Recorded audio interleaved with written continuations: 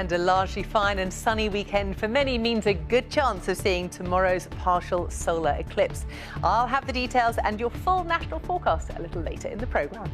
And hopefully some warmer weather will make up for losing an hour's sleep this weekend, just in time for Mothering Sunday. I'll have the full national forecast next.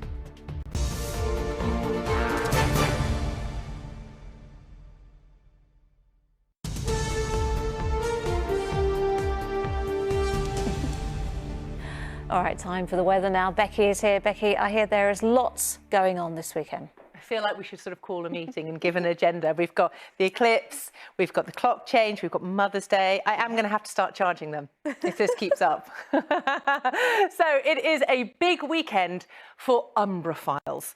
What's an umbraphile? Someone who loves eclipses. Who knew? Especially solar eclipses. It comes from the Greek word meaning shadow chaser, which to me sounds a little bit like an experimental jazz album. It is, of course, the partial solar eclipse tomorrow. That's when the moon passes between the sun and the earth, but not perfectly aligned, causing only part of the sun to be obscured, making it appear crescent-shaped.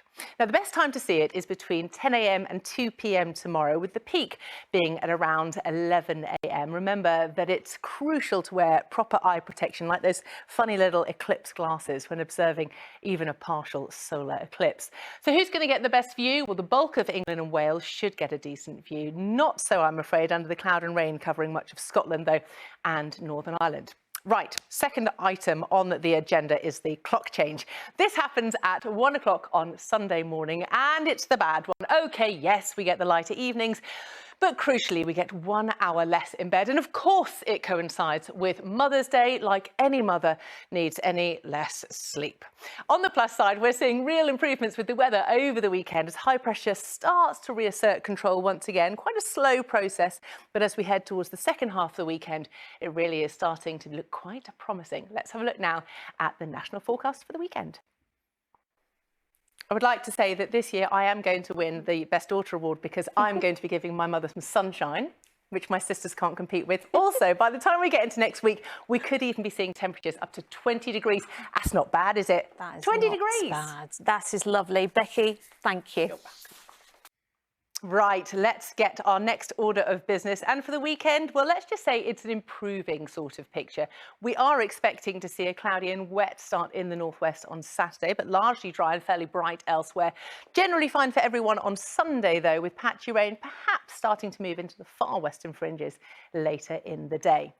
So, looking ahead to tonight, as you can see, it's a fairly quiet sort of picture with showers coming confined slowly to northern and western coasts, the wind slowly easing, and with the winds easing, the temperatures are allowed to fall inland. So it's quite a chilly sort of picture for you tonight with a risk of a patchy frost.